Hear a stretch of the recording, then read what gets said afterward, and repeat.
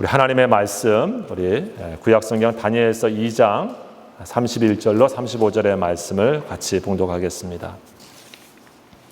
예, 우리 한 목소리로 같이 31절부터 35절까지 같이 있습니다. 시작. 왕이여, 왕이 한 큰 신상을 보셨나이다. 그 신상이 왕의 앞에 섰는데 크고 광채가 찬란하며 그 모양이 심히 두려우니 그 우상의 머리는 순금이요 가슴과 두 팔은 은이요 배와 넓적다리는 노시요 그 종아리는 쇠요 그 말은 얼마는 쇠요 얼마는 진흙이었나이다. 또 왕이 보신즉 손대지 아니한 돌이 나와서 신상의 쇠와 진흙에 발을 쳐서 부서뜨리매 그때의 쇠와 진흙과 놋과 은과 금이 다 부서져 여름 타작마당에 겨같이 되어 바람에 불려 간 곳이 없었고 우상을 친 돌은 태산을 이루어 온 세계에 가득하였나이다. 아멘. 오늘도 우리 성전에 오신 우리 성도님들 주님의 이름으로 환영합니다. 우리 옆에 분 한번 축복하십시다. 우리 반갑습니다. 환영합니다. 한번 축복해 주십시오. 네. 제가 오늘 실수하는 거 보니까 광고도 또 까먹을 것 같아서 미리 말씀드립니다. 이번 주에 우리 목사님 건강이 더 힘이 생기시고 그러셔서 우리 수요일 날 이렇게 말씀도 지금 이제 출애굽기 이렇게 방송으로 다시 또 이렇게 시작을 하셔서 이렇게 녹화를 하셨습니다.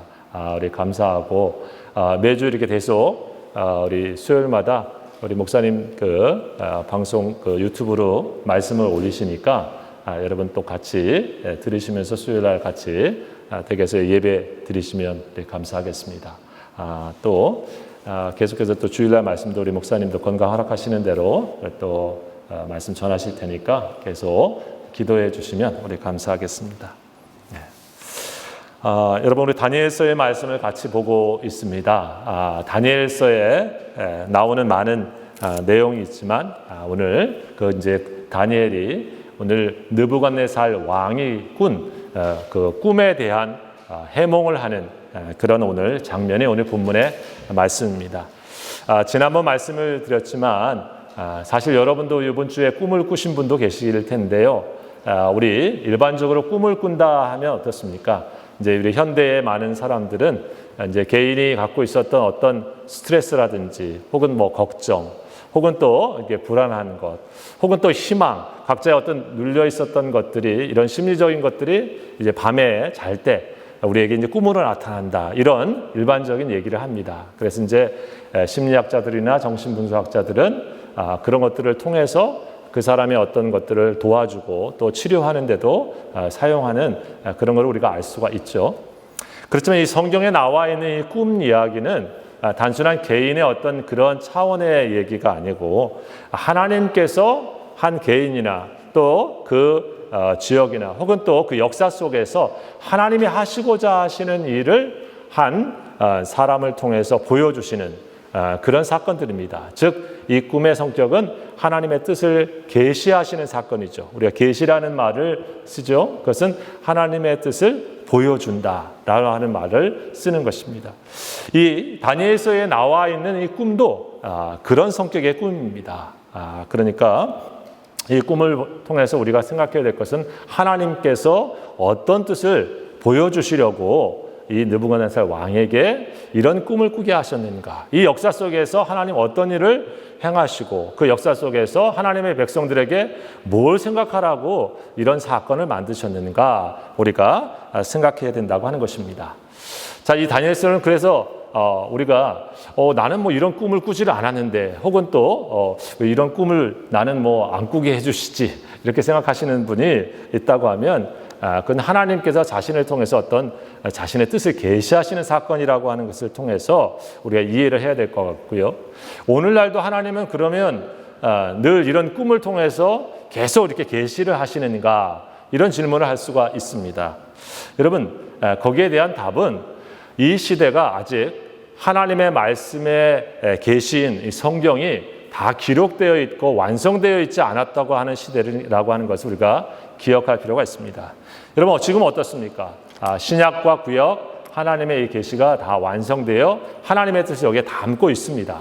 즉 성경이 완전히 기록되어 있는 지금 상태에서 하나님께서 자신의 뜻을 이곳에 담고 계시하셨기 때문에 우리 개인이 어떤 꿈을 꾸시고 또 어떤 하나님의 뜻에 대하여 주관적으로 생각하실 수 있는 사건이 있을 때 무엇을 생각해야 되는가?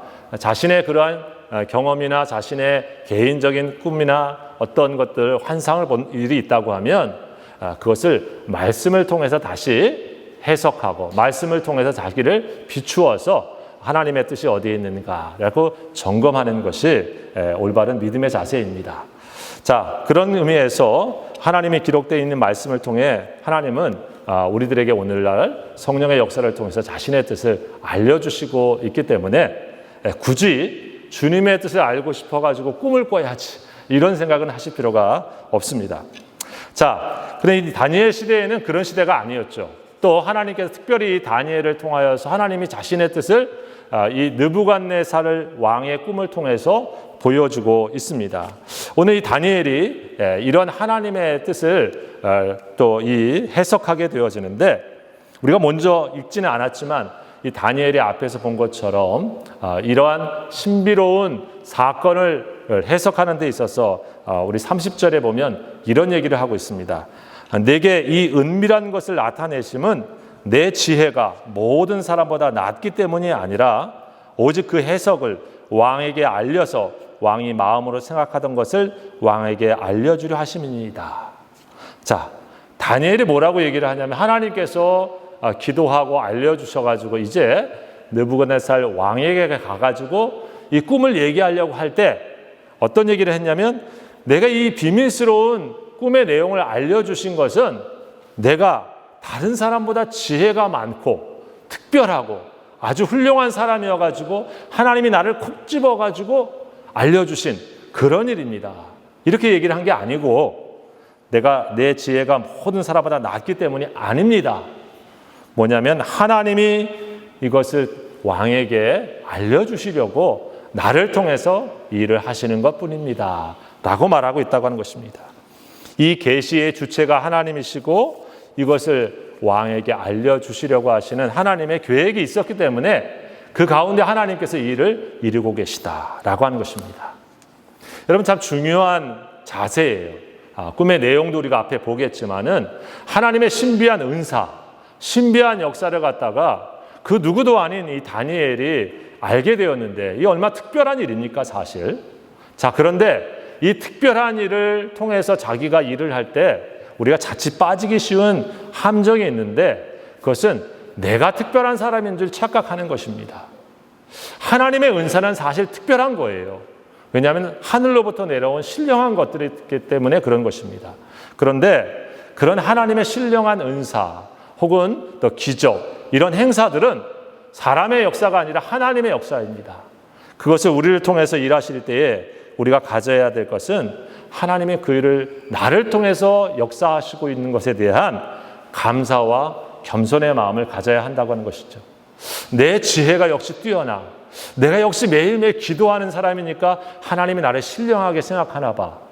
내가 매일 빠지지 않고 교회도 나오고 성경을 보니까 역시 내 마음이 깨끗하니까 나는 다른 사람보다 나으니까 이런 마음을 가지고 하나님의 뜻을 펼치고 알려주라고 하는 것이 아니라 하나님이 나를 선택하셔서 자신의 일을 행하시는 것에 대한 겸손과 감사를 다니엘처럼 갖고 있어야 한다는 것입니다.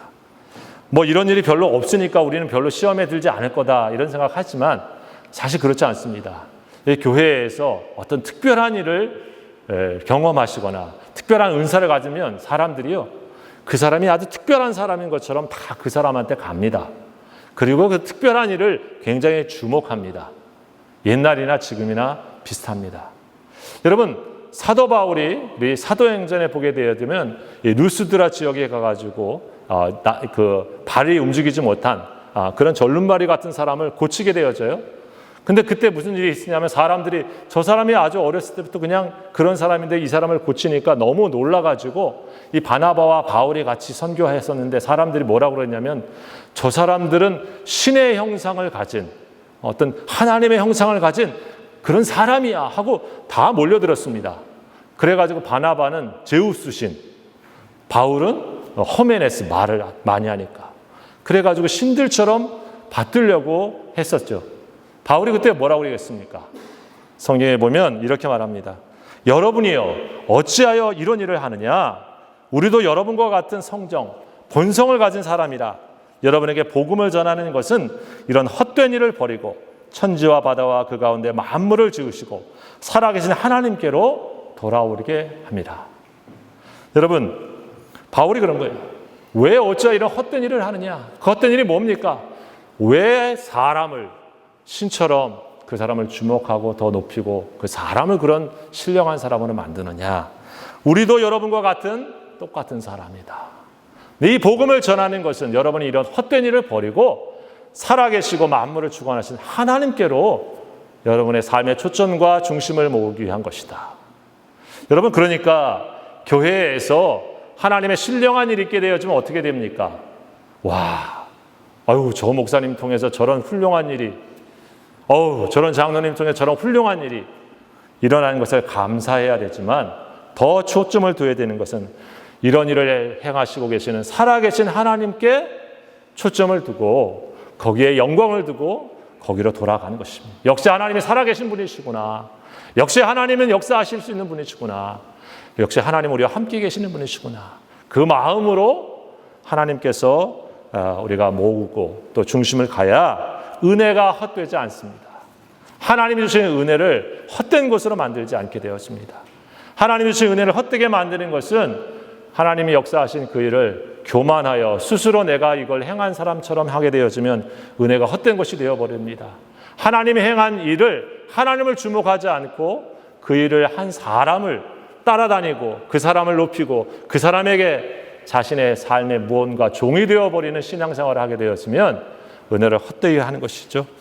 여러분, 그래서 목사님께서 이번 수요일 날에 우리에게 십계명 말씀을 가르쳐 주셨는데 십계명의 첫 번째가 뭐였습니까?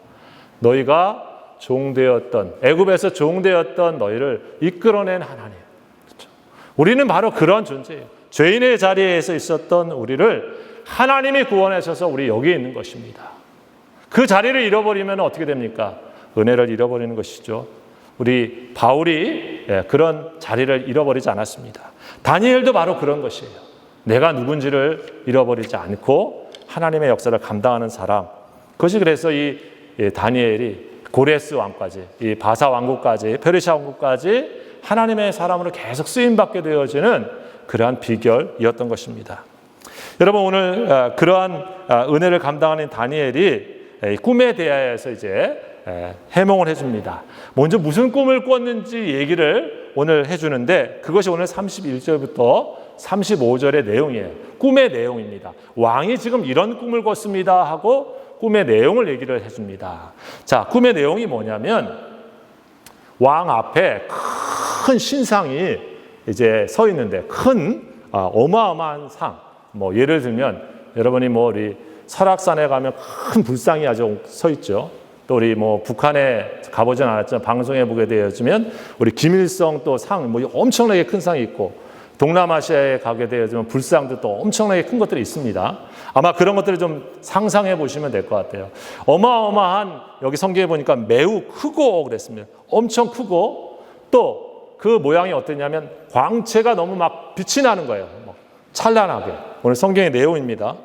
자, 그러한 상태에 무슨 어떤 모습이었냐면 그냥 서 있는 정도가 아니라 이 느부갓네살 왕이 보니까 너무 크고 광채가 나면서 두려워 떨 수밖에 없는 그런 존재가 그냥 딱 있는 거였어요. 그러한 상태. 자, 그런데 그 큰 신상이 마치 사람의 모양처럼 머리와 팔과 다리와 그 다음에 이 다리 모두 이런 사람의 모양처럼 딱 있는 그런 어마어마한 큰 신상이었던 것 같습니다. 그래서 오늘 성경에 보니까 그 신상의 모양이 그런데 어떻게 되어 있냐면 머리는 금으로 되어 있는 거예요. 이 머티리얼이 재료가 골드입니다. 머리 부분은 골드로 막 되어 있고 가슴하고 팔은 실버로 되어 있는 거예요. 그리고 나서 성경에 보니까 어떻습니까? 배와 넓적다리, 여기에 있는 이 허벅지까지는 우리 성경에는 놋인데 우리 요즘 말하면 동이죠. 그 브론즈, 금, 은, 동 이렇게 되어 있어요. 그리고 오늘 성경에 보니까 마지막은 뭐냐면 이 종아리 부분은 뭐냐면 쇠, 아이론, 철로 되어 있는 겁니다. 그리고 마지막 이 발가락이 있는 그 밑에 쪽 부분들은 이 철하고 진흙하고 함께 섞여 있는 그런 신상이었던 거예요. 모양과 형태가 나와 있고 그 재료가 이렇게 다 되어 있는 그러한 상태입니다. 자, 이러한 것들을 이 느부갓네살 왕이 꿈을 꿨던 거예요. 이런 걸 이제 본 거죠.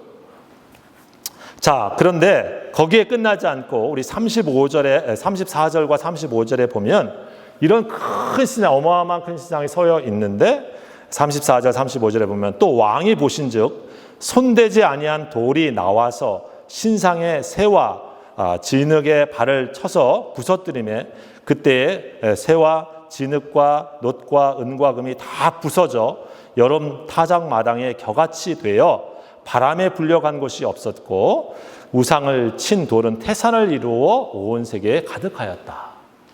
자, 이런 큰 어마어마한 큰 신상이 있는데 어디선가 난데없이 큰 돌이 날라와 가지고 이 큰 신상을 부셔버린 겁니다. 머리부터 금, 은, 그 다음에 동, 밑에 있는 철, 이게 다 부서져 가지고 어느 정도 부서졌냐면 여기 성경에 나와 있는 것처럼 여름에 타작할 때 바람에 다 휙 날아가 버리는 겨처럼 가루가 되어버렸다는 거예요. 그래서 성경에 보면 바람에 불려간 것이 없었고 다 날아가 버릴 정도로 흔적 없이 다 부서졌어요. 그 돌이 날아와서. 그리고 무슨 일이 있냐면 그 돌은 태산을 이루어서 온 세계에 가득했다. 이 신상은 간대었고 날라온 그 돌만 가득하게, 태산이라고 하는 거 아시죠? 큰 산, 우리가 우리 국어 시간에 혹시 배우시는지 모르겠지만 태산이 높다 하되 하늘 아래 메이로다, 우리 그 장문이 있잖아요. 크고 아주 거대한 산을 말하는 것이죠. 그만큼 그 돌이 큰 산을 이루고 온 세계에 가득하였다. 이게 꿈의 내용입니다. 자, 이 꿈의 내용을 오늘 다니엘이 얘기를 합니다. 그리고 나서 우리 여러분 시간 관계상 본문을 읽지 않았지만 제가 읽어드릴게요. 36절부터가 바로 다니엘이 그 꿈에 대하여서 해석을 하는 내용입니다. 자, 성경에 나와 있는 그대로입니다. 그 꿈이 이러한즉 내가 이제 그 해석을 왕 앞에 아뢰겠습니다. 꿈이 이런 꿈 꾸셨죠? 맞소라고 얘기하는 거죠. 자, 그 꿈에 대하여서 내가 해석을 하겠습니다. 꿈 자체가 뭐 틀리면은 말도 안 되는 것이지만 이 다니엘이 얘기한 그 꿈을 느부갓네살 왕이 그대로 꾼 거예요. 자, 그러니까 그 꿈의 해석을 이제 왕 앞에 해드리겠습니다. 그러면서 얘기를 하고 있습니다. 우리 37절에 보면 왕이여, 왕은 여러 왕들 중에 왕이시라. 하늘의 하나님이 나라와 권세와 능력과 영광을 왕에게 주었고 사람들과 들짐승과 공중의 새들 어느 곳에 있는 것을 막론하고 그것들을 왕의 손에 넘기사 다 다스리게 하셨으니 왕은 곧 그 금머리니이다. 자, 그 신상의 금머리가 누구라고요? 바로 왕입니다. 바벨론 제국의 왕 느부갓네살 왕입니다. 그러니까 위에 있는 금은 뭘 상징하고 있는 거냐면 지금 바벨론 제국, 이 나라를 상징하고 있다라고 하는 얘기죠. 자, 그런 다음에 그러면 39절 성경에 나와 있는 거 계속 읽겠습니다. 왕을 뒤이어 왕보다 못한 나라가 일어날 것입니다. 이 바벨론 제국 다음에 왕보다 못한 또 다른 나라가 일어날 것입니다. 라고 하는 게 성경의 내용입니다. 자, 바벨론 제국, 이 나라 다음에 나오는 그런 제국이 어떤 나라입니까? 세계사를 배우면은 우리가 금방 알게 되죠. 메데하고 페르시아 제국. 그래서 메데와 페르시아 제국이 성경에는 바사죠. 같이 합쳐져서 페르시아 제국이 두 번째로 등장을 하게 되어집니다. 페르시아는 들어보셨죠? 자, 그게 그 왕보다 못한 나라가 일어날 것이다. 두 번째, 아까 실버로 된 나라가 바로 그런 나라라고 하는 것입니다. 여러분 지금 메대는 어디냐면 쉽게 얘기하면 이란, 지금의 이란 우리 그 지역이라고 생각하시면 좀 쉬울 것 같고요. 페르시아의 아주 중심은 지금 이라크 지역에서 이렇게 크게 해서 전체 이 페르시아 왕국이 엄청, 여러분 뭐 쉽게 나중에 유튜브나 이런 거 찾아보시면 쉽게 나오니까 엄청 큰 제국을 이루게 되었습니다. 자, 그것이 바로 은혜의 그 상징이었어요. 세 번째는 뭐냐면 계속 이어서 39절에 셋째로 또 놋 같은 나라, 우리 동 같은 브론즈 나라가 일어나서 온 세계를 다스릴 것이다. 그 다음에 이 페르시아 제국이 망하고 또 다른 제국이 또 일어난다. 그럼 무슨 제국입니까? 페르시아 제국 다음에 헬라. 그리스로 적대했던 헬라 제국이죠. 우리 알렉산더 대왕 알죠? 예, 우리 성현이가 피곤한지 알렉산더 대왕 알죠? 예. 자, 알렉산더 왕이 이루었던 헬라 제국. 세 번째 제국이에요. 예, 브론즈라고 상징하고 있는 헬라 제국이었습니다. 자, 그리고 네 번째가 뭡니까? 오늘 보니까 40절에 보니까 넷째 나라는 강하기가 쇠 같으니 쇠는 모든 물건을 부서뜨리고 이기는 것이라. 쇠가 그 모든 것을 부수는 것 같이 그 나라가 문 나라를 부서뜨리고 찢을 것이며 이렇게 나옵니다. 자, 철의 나라는 어디냐면 헬라 나라 다음이 뭡니까? 헬라를 무너뜨린 나라는 로마죠. 로마죠. 우리가 잘 아는 로마 제국이에요. 그래서 지금 이 성경은 바벨론으로부터 시작을 해가지고 그 다음에 페르시아 제국, 그리고 그 다음에 이어질 나라가 헬라 제국, 그리고 그 다음에 로마 제국을 걸쳐가지고 지금 이 환상이 의미하고 있는 바가 바로 그런 제국이 쓸 것이다 라고 했습니다. 왜 이런 것을 보여줬을까요? 먼저는 느부갓네살 왕에게 성경은 오늘 이렇게 말합니다. 하나님이 장래일을 왕에게 보여준 것이다 그랬습니다. 오늘 2장 첫 번째를 보면 느부갓네살 왕 2년에 이런 꿈을 꾸게 되었는데 왕이 통치하게 되어지면서 앞으로 이 바벨론 나라와 또 이 세상이 어떻게 될 것인가 하고 그렇게 침상에 있을 때에 장래일에 대해 생각하고 있을 때에 하나님이 이렇게 꿈을 꾸게 했다. 장래일을 알려주기 위해서 이 일을 했다. 이렇게 말하고 있습니다. 즉 후일에 될 일을 26절에 보면 그가 느부갓네살 왕에게 후일에 될 일을 알려주셨다. 즉 앞으로 될 일을 알려주신 거예요. 그래서 하나님께서 이 바벨론 제국 다음에 페르시아 제국이 나오고 또 헬라 제국이 나오고 그 다음에 로마 제국이 나온다라고 하는 것을 알려준 것이죠. 여러분 이것이 이 꿈에 대한 기본적인 성경의 학자들의 이해입니다. 그런데 여기 중요한 것은 무엇입니까? 이러한 꿈에 이 말씀에 보면 아까 35절에 결론의 말씀이 거기에 나와 있는 거죠. 이 어마어마한 큰 신상들이 계속 영원히 서 있는 것이 아니라 어디서 있는가부터 성경에 나와 있는 말씀은 손대지 아니한 돌이, 쉽게 얘기하면 어디서 끊어가지고 누가 던진 것이 아니고 누가 일부러 띄어낸 돌이 아니라 성경에 보면 산으로부터 날라온 그런 돌이 이 신상을 완전히 무너뜨려 버리면서 거대한 돌을 태산을 만들고 온 세계에 가득하게 되어진다. 이 말씀을 하고 있는 것에 의미가 있습니다. 이 말씀은 그럼 무슨 뜻일까? 여러분 결국에는 이 거대한 제국들이 이 세상 속에서 영원하지 않다라고 하는 것을 말씀해 주고 있는 것이죠. 먼저는 이 제국들에 대하여서 성경이 정의하고 있는 말씀이 있는데 35절 중간에 보게 되어지면 이 신상을, 나라를 표현하고 있는 이 제국을 우상을 친 돌이라고 표현하고 있습니다. 즉 거대한 신상과 같은 이 제국을 우상이다라고 얘기를 말하고 있는 것이죠. 여러분 어떤 나라가 단순히 그냥 우상입니까? 우리 미국이 우상인가? 러시아가 우상인가? 이렇게 생각해 보면 쉽게 연결이 되지 않습니다. 그런데 여기 나와 있는 이 바벨론 제국, 헬라 제국, 혹은 또 페르시아 제국, 또 로마 제국들은 단순한 그냥 제국의 의미로 끝나는 것이 아니죠. 전에 말씀드린 것처럼 각 제국은, 제국과 그 왕은 하나님을 대신하는 왕과 종교입니다. 그래서 그 제국이 마치 영원할 것 같이 세상을 통치하고 있는 그런 상징적인 의미를 담고 있는 것이죠. 하나님을 대신하는 자리에 서 있는 것이 우상입니다. 여러분, 우상이라고 하는 것이 우리들에게는 어떻게 보면 그냥 이런 보여지는 신상 같지만 사실은 하나님과 우리 사이에서 하나님을 대신하는 자리에 놓이게 만드는 것, 또 그 자리에 서 있는 것, 그리고 하나님과 우리 사이의 관계를 멀어지게 하고 친밀감을 무너뜨리게 만드는 것, 그것이 사실 늘 우상의 자리에 있는 것이죠. 가만히 한번 생각해 보십시오.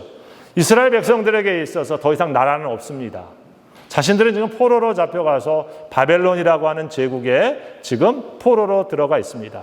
앞으로 이 다니엘이 있는 시대를 넘어서서 조금만 더 있으면 완전히 남유다, 이스라엘은 망해버리고 역사에서 없어지는 것 같이 그들은 포로 생활을 시작하게 되어집니다.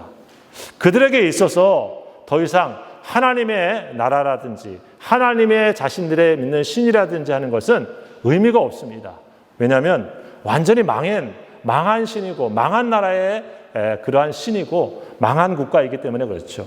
그들에게 있어서는 더 이상 이 바벨론에 있는 마르둑, 바벨론에 있는 벨신, 그리고 그 신을 대표하고 있는 왕이 그들에게는 새로운 주권자이고 새로운 그들의 나라인 것이죠. 여러분, 그런 의미에서 하나님을 대신하고 있는 자리에 바벨론 제국이 있습니다. 마찬가지로 헬라도 마찬가지고 로마도 마찬가지고 페르시아도 마찬가지입니다. 그래서 성경에서 이 꿈의 내용을 다니엘이 해석하면서 우상을 친 돌이라고 했습니다. 그러니까 세상에 사람들이 자신의 왕국을 세우는 것, 자신이 왕되어서 세상에 하나님을 대신하여 왕되어 있는 우상의 자리에 서 있는 것들은 다 어떻게 된다? 다 무너지고 다 부서지고 흔적 없이 사라질 것이다. 누구로 말미암아서? 하나님께서 보내주신 이 손대지 않은 돌과 같은 예수 그리스도를 통해서 다 무너질 것이다. 이것이 말씀입니다. 여러분, 우상은 궁극적으로 우리의 삶의 자리에서 하나님과 우리가 멀어지게 만드니 우리 믿음의 사람들도 지금 마찬가지입니다. 우리는 지금 이런 제국을 섬기지 않습니다. 어쩌면 우리가 지금 섬기고 있는 것들은 다른 것들이죠. 우리 자신의 삶에 만족을 해주는 물질과 세상에 우리 자신을 만족시키는 자신만의 만족을 채워주는 것들이 우리 삶에 하나님을 대신하는 우상의 자리에 언제든지 설 수 있지 않습니까? 하나님을 우리가 믿고 있지만 마치 이스라엘 백성들이 바벨론 포로 삶의 자리에서 하나님을 쉽게 잃어버릴 수 있었던 그런 자리에 있는 것처럼 지금 우리는 사실 그런 자리에 있습니다. 우리는 어쩌면 기존에 있었던 신앙의 공동체, 신앙의 터전, 그것과 다른 바벨론 시대에 살고 있다고 볼 수 있습니다. 코비드 시대가 사실 그런 시대이기도 합니다. 어쩌면 하나님 안에서 우리의 신앙의 형태는 달라지기도 했고요. 또 우리의 믿음의 자리도 쉽게 흔들리기도 합니다. 그런데 중요한 것을 다시 한번 생각해 봅니다. 여전히 하나님은 우리의 왕이시고 이곳 바벨론에 와 있었던 이스라엘 백성들에게도 하나님의 주권은 여전히 살아계신 주님이신 것처럼 우리 믿음의 자리에 있는 저와 여러분의 삶의 자리에도 우리 주님께서 왕으로 계셔서 저와 여러분이 주님과 깊이 친밀함을 유지하면서 믿음의 자리를 지켜가기를 원하신다고 하는 것입니다. 때로는 만몬신이, 때로는 세상의 지혜와 지식이, 혹은 우리의 쾌락과 욕망이 우리 자신의 신이 되어서 우리를 조종하려고 할 때 우리가 오늘 이 본문의 말씀처럼 그것들을 하나님께서 다 깨뜨리시고 나의 마음과 내 삶의 태산과 같은 하나님의 영광이 가득한 믿음의 자리에 내가 늘 서 있어야 된다고 하는 것을 말씀해 주고 있는 것이죠. 여러분, 이 말씀은 더 구체적으로 해석을 다니엘이 해주고 있습니다. 그 말씀이 44절에 나와 있는 성경의 말씀이에요. 이 말씀은 이렇게 얘기했습니다. 이 여러 왕들의 시대에 하늘의 하나님이 한 나라를 세우시리니 이것은 영원히 망하지도 아니할 것이요 그 국권이 다른 백성에게로 돌아가지도 아니할 것이요 도리어 이 모든 나라를 쳐서 멸망시키고 영원히 설 것이다. 하나님께서 하나님의 나라를 세우신다. 하나님께서 그 나라를 세우시는데 그 나라는 절대 망하지 않는다. 하나님께서 세우시는 그 나라는 그 국권이, 그 주권이 절대로 빼앗기지 않는다. 누구로부터 침략당해서 빼앗기고 없어지고 포로되어지는 것이 절대로 있지 않게 되어진다. 하나님 지키시고 하나님께서 만드신 그런 말씀이죠. 그리고 이 나라는 모든 나라를 쳐서 멸망시키고 영원히 세워지는 나라를 하나님께서 하실 것이다. 여러분, 이 꿈의 핵심이 여기에 있는 것입니다. 느부갓네살 왕에게 이것을 보여준 것은 하나님이 살아계심을 알아라. 이 제국은 영원한 것이 아니라 사실은 또 흥했다가 쇠하고 흥했다가 쇠하게 됐다. 하나님의 나라가 있다라고 하는 것을 하나님이 보여주시는 사건이죠. 여러분, 그래서 사실은 느부갓네살에게 이 꿈을 보여준 것 같지만은 한 번 더 생각해 보십시다. 이 성경의 말씀을 읽고 있는 사람이 누구였을까요? 포로로 잡혀가서 지내게 되어지는 유대 사람들이 아니었을까요? 이스라엘 사람들이 이 꿈의 내용을 들으면서 무슨 생각을 하는 것입니까? 아, 바벨론 시대, 이 바벨론 시대가 영원하지. 바벨론 시대에 맞춰서 살아야 되지. 그게 아니다. 헬라 시대, 이 헬라 시대 지혜와 저 총명, 야, 저게 최고지, 철학이 최고지. 그런 시대에 우리가 맞춰 살아야지. 아니다. 로마 시대, 이렇게 번성하고 강하고 법과 또 통치와 이런 것들이 잘 되어 있는 거, 우리가 그걸 배워서 이 세상을 잘 살아야지. 그게 다가 아니다. 그것들은 다 있다가 없어지고 무너진다. 하나님의 나라는 그 모든 것들을 멸망시키고 다시 하나님의 나라는 영원히 서게 되어진다. 지금 보이는 나라가 없고 우리가 포로로 잡혀와 있고 앞으로 우리 나라가 어떻게 될지 모르지만 우리에게는 하나님이 계시고 하나님께서 다스리는 나라는 지금도 보이지 않지만 살아의 역사에 있어서 지금 하나님께서 세우고 계시고 영원히 그것은 갈 것이다. 그렇게 이스라엘 백성들에게 말하고 있는 것이죠. 여러분, 이러한 말씀을 들은 이스라엘 백성들이 무슨 생각을 하는 것입니까? 세상을 살면서 보이는 시류에 따라서 살아가는 사람이 아니고 보이는 나라의 삶의 자리에서 자신의 가치와 판단을 가지고 살아가는 사람이 아니라 오늘 비록 포로로 와 있든 시대가 어떤 시대를 살든 그 중심에는 하나님을 나의 왕, 나의 주로 모시고 하나님의 나라의 백성으로 오늘 살아가라고 하는 말씀이 아니겠습니까? 여러분, 이 제국을 무너뜨리는 손대지 않은 돌은 무엇입니까? 바로 예수 그리스도 그분이십니다. 예수 그리스도를 통해서 이루어 주시는 하나님의 나라를 다니엘을 통해서 우리에게 말씀해 주고 있는 것입니다. 손대지 아니하는 돌, 아무도 돌을 떠내지 않았는데 날라온 돌. 45절에 보면 손대지 아니한 돌이 산에서 나와서라고 얘기합니다. 여러분, 구약에서의 돌은 누구를 의미합니까? 시편 95편 1절에 보면 오라 우리가 여호와께 노래하며 우리 구원의 반석을 향하여 즐거이 부르자. 하나님이 우리 구원의 반석, 이런 큰 바위와 같은 그런 분이시다라고 하는 말씀이죠. 여러분, 베드로전서 2장 4절에서 6절은 그래서 이렇게 말합니다. 사람에게는 버림바 되었으나 하나님께는 택하심을 입은 보배로운 산 돌이신 예수께 나아가 너희도 산 돌이 같이 신령한 집으로 세워지고 예수 그리스도로 말미암아 하나님이 기쁘게 받으실 신령한 제사를 드릴 거룩한 제사장이 될지어다. 성경에 기록되어 있을 때 보라 내가 택한 보배로운 모퉁이 돌을 시온에 두노니 그를 믿는 자는 부끄러움을 당하지 아니하리라. 보배로운 모퉁이 돌 시온에 있는 돌이 누굽니까? 그를 믿는 자는 부끄러움을 당하지 아니하리라 했는데 그가 누굽니까? 예수 그리스도입니다. 우리가 아는 리빙스톤 산돌 예수 그리스도, 그분이 모퉁이 돌이에요. 사람들은 그 돌을 버렸지만 하나님께서는 그 돌을 통해서 보배롭고 살아있는 돌이 되어서 세상의 나라들을 다 무너뜨리고 하나님의 나라를 이 땅에 오게 하시고 완성시키신다라고 하는 것입니다. 여러분, 그래서 마가복음 1장 15절에 예수님 오셔서 이런 말씀하셨습니다. 이르시되 때가 찼고 하나님의 나라가 가까웠으니 회개하고 복음을 믿으라 하시더라. 예수님이 오셔서 하신 말씀의 첫 번째 메시지가 무엇입니까? 때가 다 찼다. 하나님의 나라가 가까웠다라고 말한 겁니다. 주님의 나라가 여기 임했다라고 말씀하신 거죠. 그리고 요한계시록은 바로 무엇을 말합니까? 예수님의 다시 오심을 통해서 이루어지는 완벽한 하나님의 나라를 말합니다. 일곱째 천사가 나팔을 불매 하늘에 큰 음성이 나서 이르되 세상 나라가 우리 주와 그 그리스도의 나라가 되어 그가 세세토록 왕 노릇 하시려다. 요한계시록 11장 15절의 말씀입니다. 예수님께서 세상 나라가 다 우리 주님 앞에 굴복하게 되어지고 주님의 나라가 되어서 예수님이 세세토록 영원토록 왕 노릇 하시게 되어지는 것. 여러분, 그것이 하나님께서 이루시는 하나님 나라의 왕국의 완성입니다. 오늘 그래서 이것은 바로 결국 이스라엘 백성들에게 이 시대에 종말론적인 하나님에 대한 신앙을 가지고 살라고 하는 말씀이고요.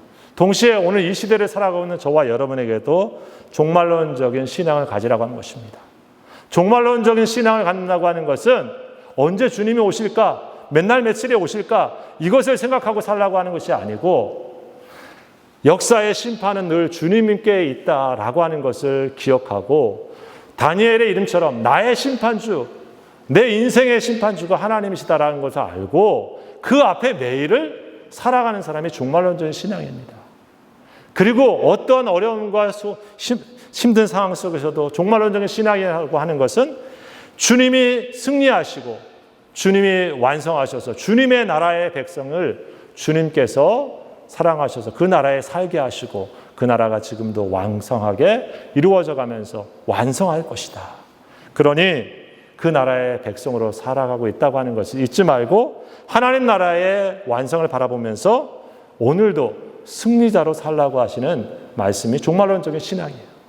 내 상황이 지금 포로로 잡혀와 있고 앞이 캄캄하고 시대가 어려워도 주님이 이 역사에서 그 어떠한 것들보다도 승리하시는 분이시니까 그 예수 그리스도와 함께 믿음의 자리를 지켜가면서 내 삶의 자리가 어떠할지라도 거기에 낙심하고 실망하고 하나님을 떠나는 자리에 있지 말고 결국 승리하시는 주님과 함께 믿음의 자리에서 주의 은혜를 지키고 주의 말씀을 지키면서 주님 오실 때까지 주님을 기다리면서 살아가는 신앙을 가져라. 이것이 오늘 주님께서 이 다니엘서를 통해서 그 꿈을 통해서 해석해 주시는 말씀인 것이죠. 사랑하는 교회 성도 여러분, 우리는 어떻습니까? 오늘 이 말씀은 어떻게 보면 다니엘 시대의 꿈인 것 같지만 여전히 우리들에게도 꿈꿔야 되는 말씀인 것입니다. 우리 앞에 있는 각자의 삶에 우리를 짓누르는 거대한 제국이 무엇입니까? 그것이 우리 각자에게는 서로 다른 것이 되어질 수 있습니다.